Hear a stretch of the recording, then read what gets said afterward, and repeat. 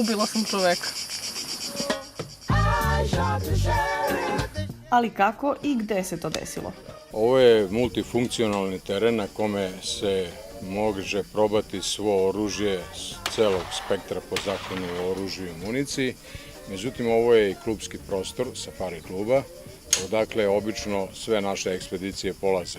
Bez obzira da li je džip safari, da li je nautika i rafting u Gradištanskom kanjonu, da li je nešto od oružja ili od speleologije.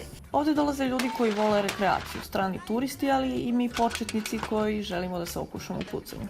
Kažu da se prvo oružje iz kog sam pucala zove lovački karabin sa optikom, a prvi metak koji sam u životu ispalila završio je ovde. Prvo pa muško. Dobila sam čauru za uspomenu, ali su me pustili da se okušam i sa ovim.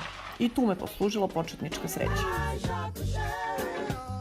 Kada smo prešli na glinene golubove, rekli su mi da sam ga okrznula, ali mislim da su samo hteli da mi daju vetar u led. Ipak tu su bili i iskusniji od mene kojima golub ne promiče.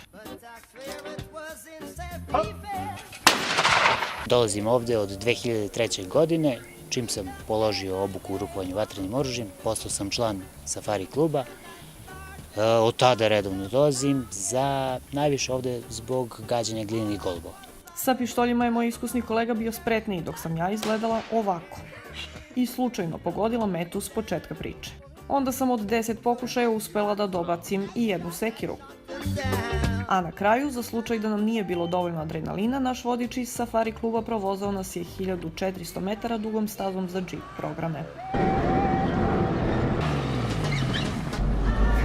I najavio da ćemo uskoro odavde moći da se spustimo i zip lineom.